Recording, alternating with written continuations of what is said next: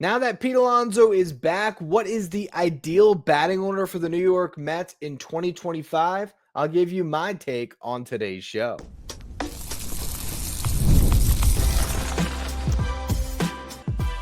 You are Locked On Mets, your daily New York Mets podcast. Part of the Locked On Podcast Network, your team every day.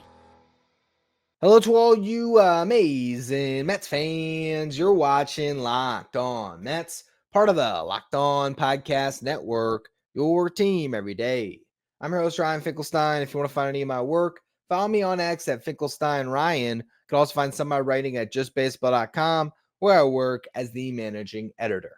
Today's episode is brought to you by FanDuel. Right now, new customers can get $150 in bonus bets if your first $5 bet wins. Download the app right at FanDuel.com to get started.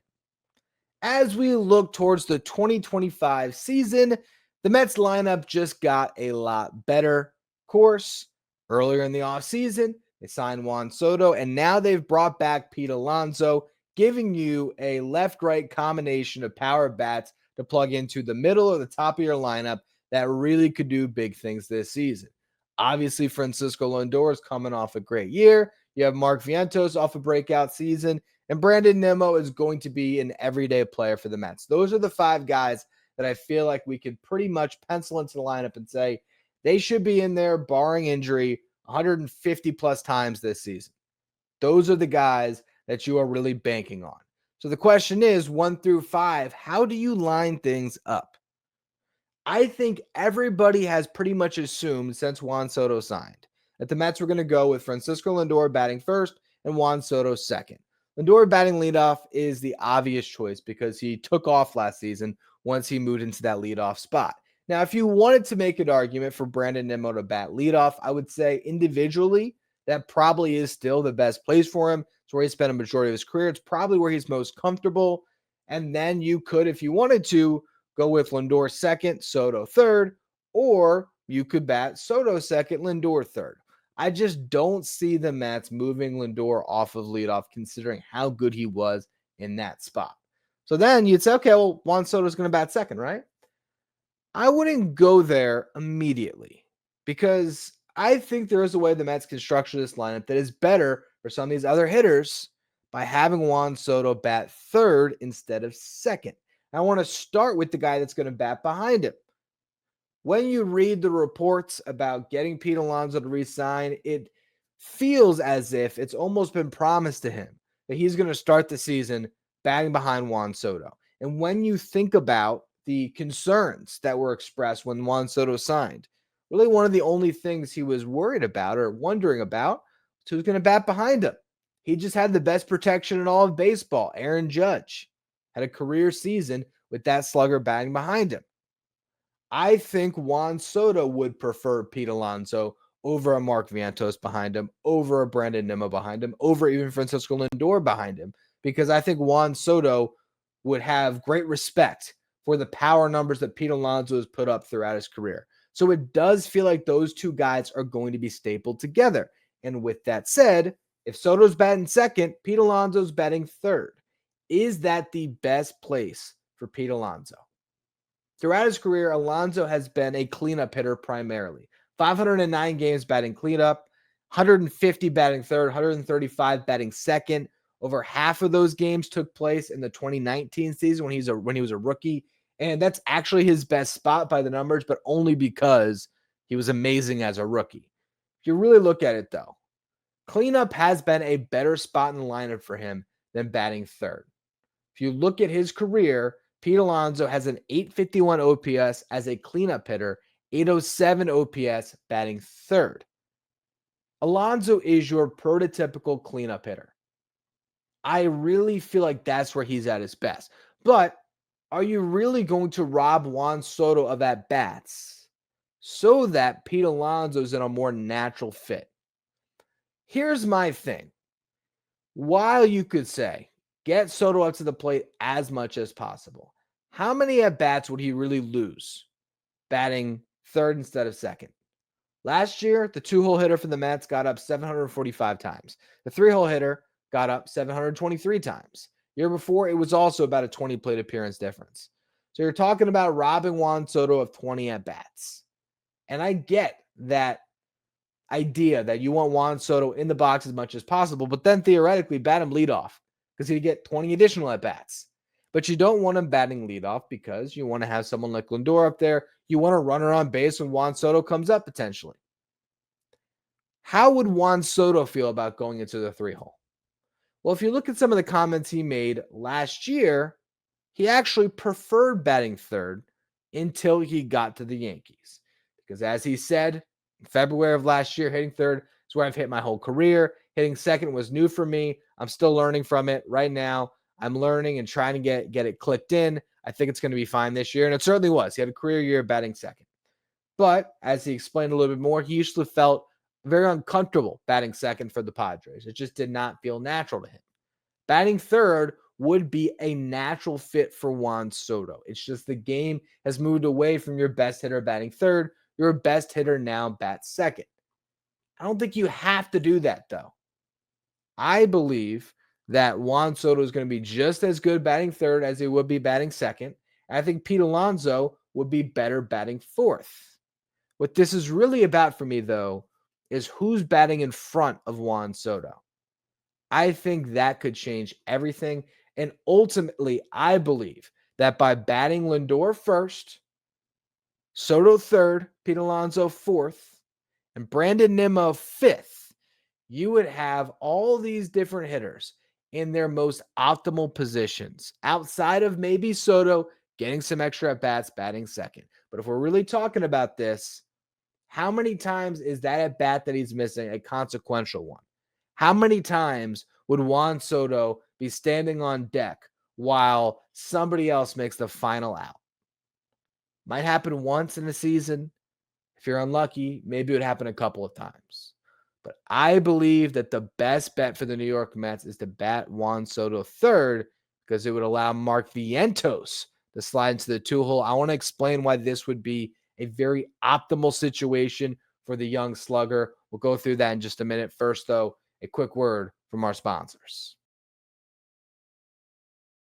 Today's episode is brought to you by FanDuel. When the game tips off, the NBA action is just getting started. There's no better place to get in on it with FanDuel, America's #1 sportsbook, because FanDuel is the place to go for live bets throughout the game. So even if you miss the opening tip-off or you want to bet in a fourth quarter comeback, you can stay in the game all game long. And if you're looking for a bigger payout, you can even combine your live bets into a same-game parlay. What I love about FanDuel is that you can keep every moment of the game exciting, whether I'm banking on my team to make that late game comeback or I'm picking a player to hit a clutch three. There's always ways you can keep the game even more exciting by using FanDuel. Plus, the app is easy to use, and when you win, you get paid instantly.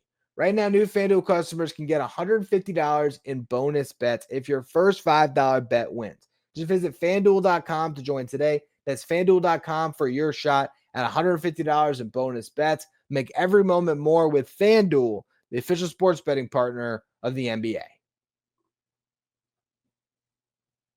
Stay up to date with all the latest in the world of sports when you check out Locked On Sports Today, streaming 24/7 on YouTube. If you're watching on YouTube, do me a favor and hit that subscribe button. Our next goal to get to 13,000 subscribers.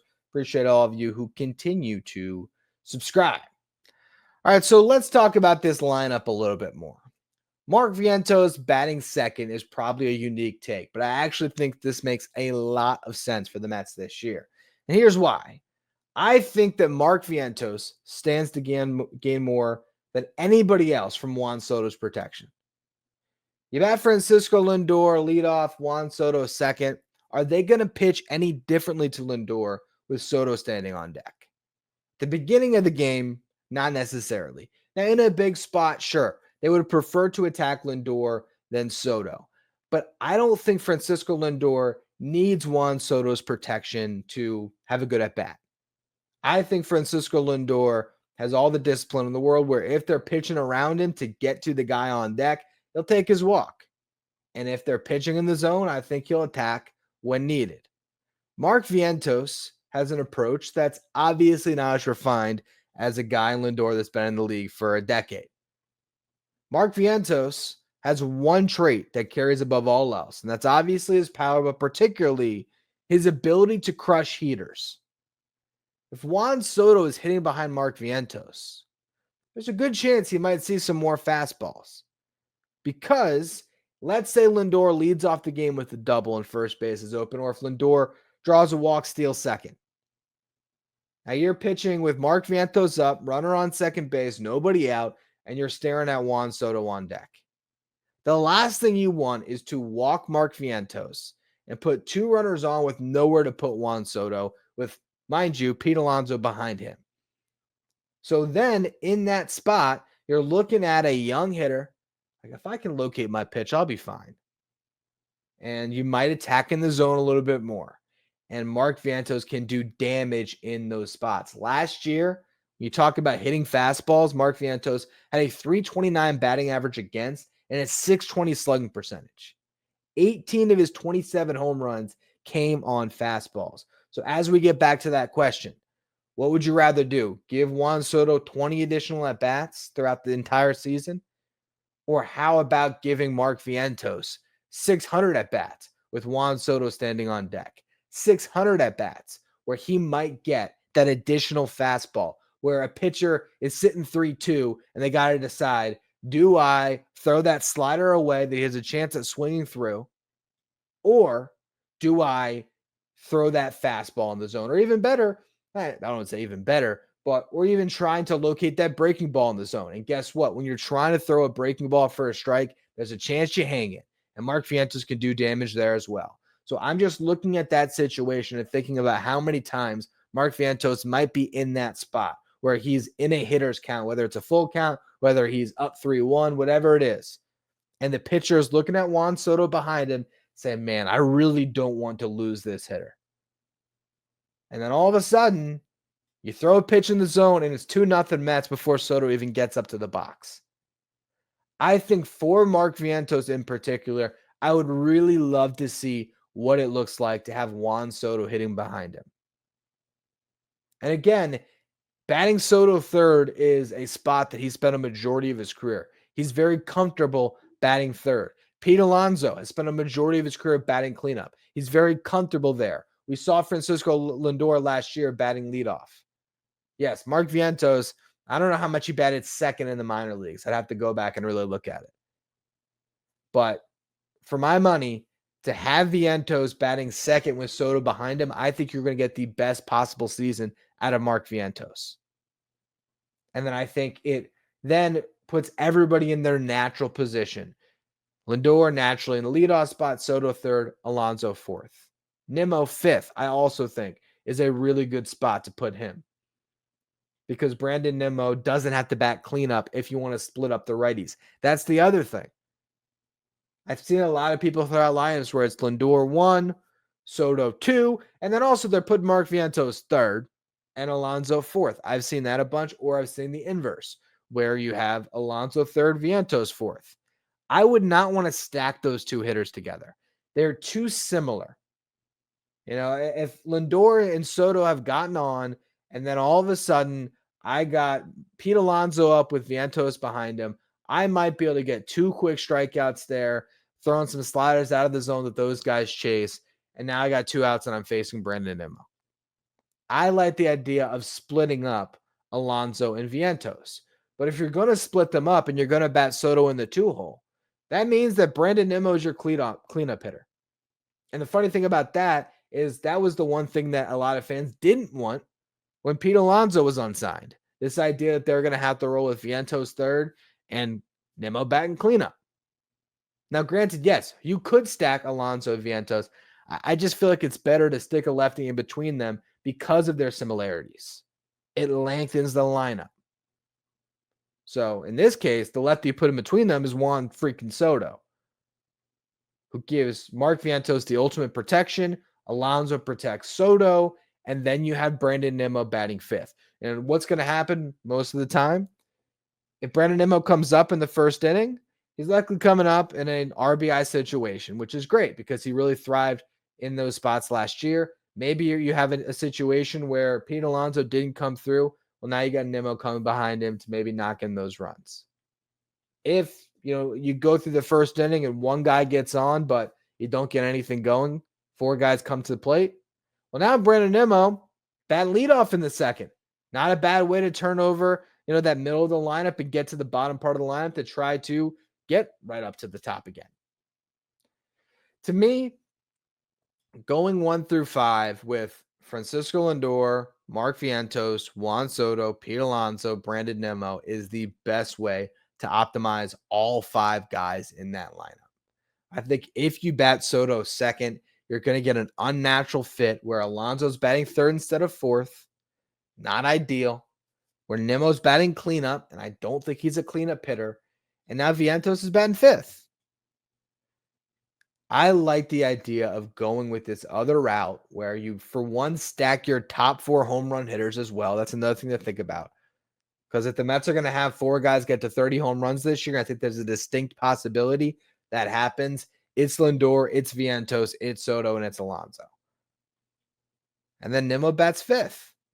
To me, that is a creative way to structure the lineup that I don't think many have talked about. And I believe it is the best way to get the most out of this group. I think it fits together really nicely. Beyond that, what would the Mets do? We'll talk about that more in just a minute. First, though, another quick word from our sponsors.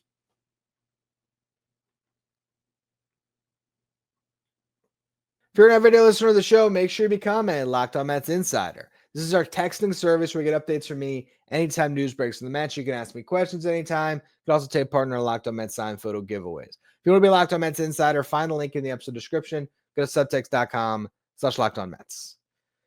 So as we talk about the Mets lineup, I think that 1 through 5 combination, however you do line it up, I think that's pretty set in stone. Whether it is Soto batting second or third, Alonso third or fourth, wherever you put Vientos, wherever you put Nimmo, I think those 5 guys with Lindor leadoff, that's going to be there day in, day out.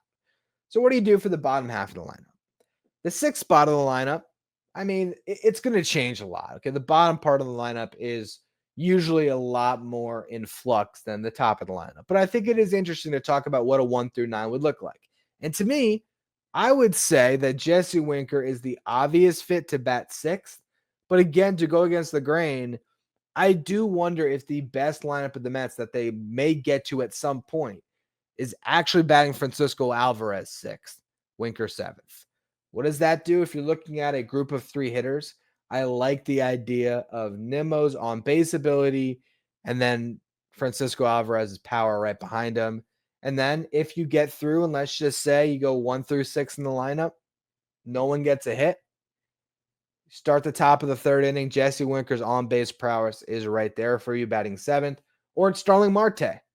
So I think for a bottom 3rd of the lineup, that makes a lot of sense as well. Then you go to your 8th and 9th hitters. You're going to have probably a defensive first center fielder in the lineup, whether that's Jose Siri or Tyrone Taylor. You could bat that guy last because it's probably going to be your worst hitter. Or if you want to go left, right the whole way through, you could actually bat whoever that center fielder is 8th and have Jeff McNeil play the double leadoff game, have him bat in the 9 hole. I think that might be the best grouping altogether, top to bottom, the way you make this lineup as long as possible, as deep as possible, as explosive as possible. It would be to go with Lindor, Vientos, Soto, Alonso, Nimmo, Alvarez, Winker, Taylor or Siri, and then Jeff McNeil to round it all out. But I really could be moved off of any of my takes beyond the top 5. I'm perfectly fine if you just say, hey, put the best possible hitter in that 6th hole, and that's Jesse Winker, and then have Alvarez hit behind him. That could work. You could go with Winker 6th, Alvarez 7th, McNeil 8th, and then put your center fielder last. And if you're talking about getting Soto those extra 20 at-bats, if that's important to you, then you might make the case that it's better to have Jeff McNeil batting 8th instead of 9th because he's going to get up to the plate more.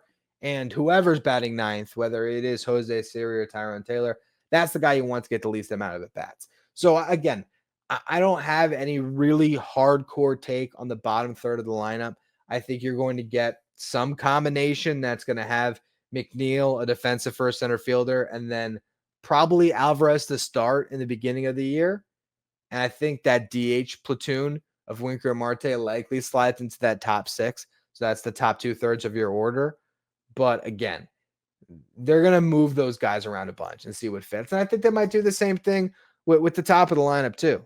They might start the year with Soto batting second and Alonso batting third and Vientos batting cleanup and then change things up. They might try out my idea here. We'll see what they decide to do. Personally, I just like that idea of Vientos getting Soto's protection, having Nimmo batting fifth, which I think long term is a great spot for him to get comfortable in that 5 hole. I could see him batting fifth for a long time. And then Pete Alonso being your cleanup hitter.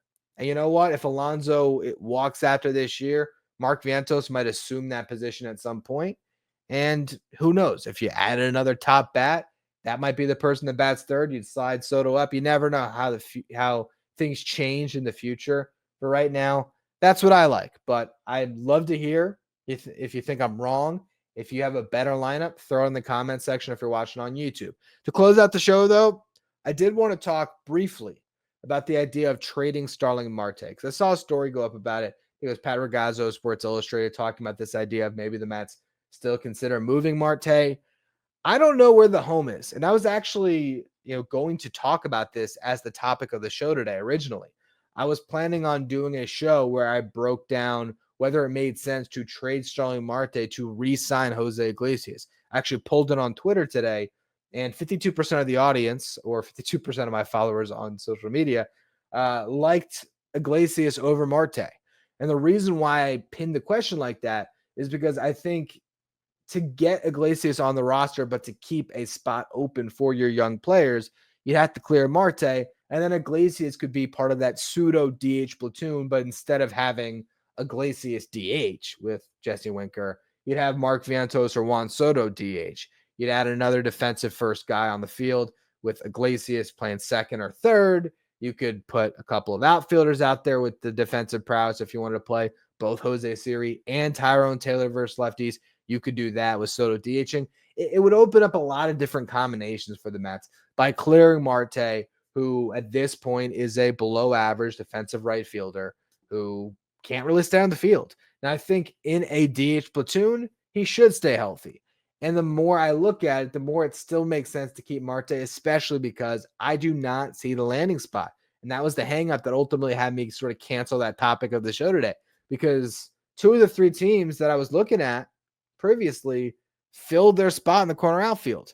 The Padres, they're going to roll with a Jason Hayward and Connor Joe platoon in left. A couple guys that came really cheap. That's how they're going to start their season. Now, they still have a spot at DH. Theoretically, they could do it as part of a larger trade. We'll be talking about that this week.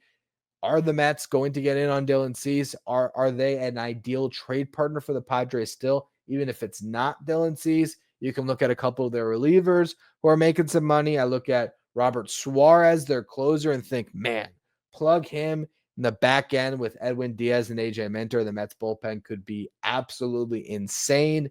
He's making a lot of money for a closer, for a reliever, for a team that just can't pay people. So there is a couple of different potential trades that would make sense with the Padres.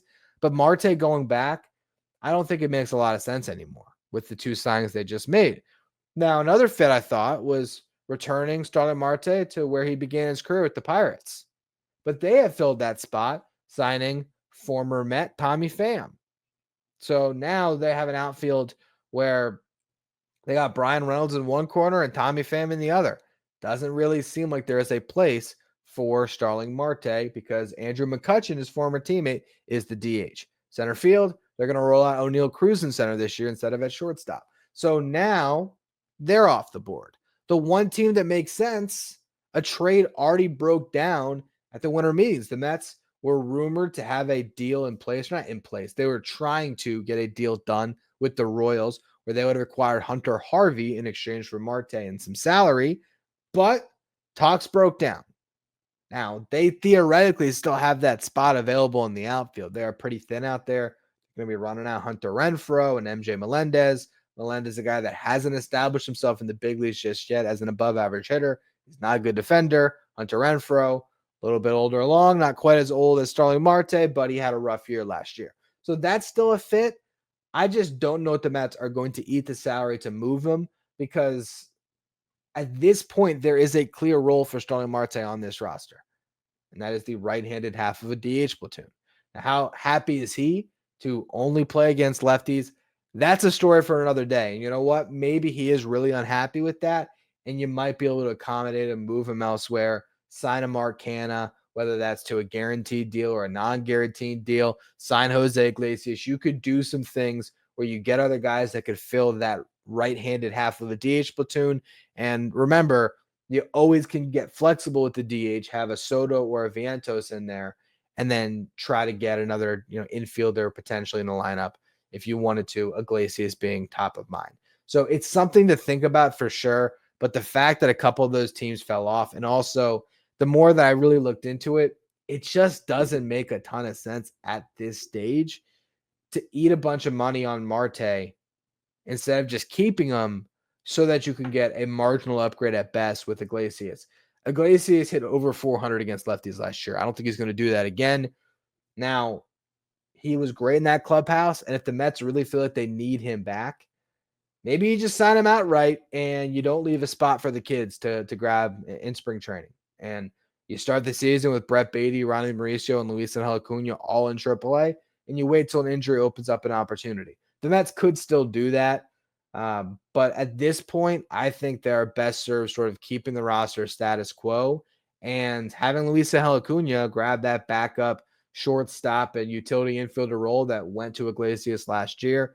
Have him on the opening day roster. I think that's the way the Mets are the most dynamic of a team, because I think Acuna at this point brings a lot more to the table than Iglesias does on the field. Yes, Iglesias has a really high floor, but I like the ceiling of Acuna, what he might be able to do, the ability of him to go out and play some center field too, maybe push those guys in Siri and Taylor off of some playing time, and you might be able to find 3 or 4 games a week where Acuna gets in there between center field, second base, third base, and even potentially a shortstop if you wanted to manage Lindor's workload a little bit, give him some DH days.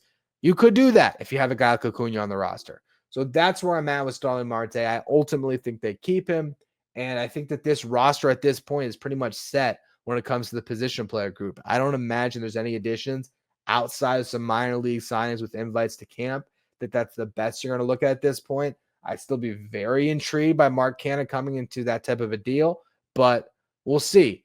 Canha's probably holding out to still get an MLB offer, and when you see Jason Hayward and Connor Joe and Tommy Pham all signing these deals, there's every chance that there's a team out there, maybe it's even the Royals, that decides to throw $1 million in a guaranteed roster spot on Mark Canha, and he gets to extend his career for sure at the big league level. But we'll see. We'll see how things go. Throughout this week, we're going to continue to talk about how things are shaping up for the Mets as spring training is set to begin on Wednesday. Pitchers and catchers report. On tomorrow's show, I want to talk a little bit more about the Padres. And if there is a trade fit beyond even Dylan Cease, we'll go through that a little bit also this week. But I'll talk about when you actually make the move to trade for an ace. That's going to sort of build off of that as far as trading for Dylan Cease, or if it's better to hold out and wait until the trade deadline to make that type of a move. So a lot of good stuff coming. Make sure if you are listening on the audio side, you follow, rate, review wherever you get your podcasts. If you're watching on YouTube, hit that subscribe button. Help us get to our next goal of 13,000 subscribers. Want to follow me on social media, you can do so at Finkelstein Ryan. Follow the show at Locked On Mets. Thank you for making Locked On Mets your first watch or your first listen every day. Now, for your second watch, head over to YouTube and check out the first ever 24/7 streaming channel that covers everything in the world of sports. We're talking about Locked On Sports today with our local hosts from each team, league-wide hosts from each league. Find Locked On Sports today streaming 24/7 on YouTube.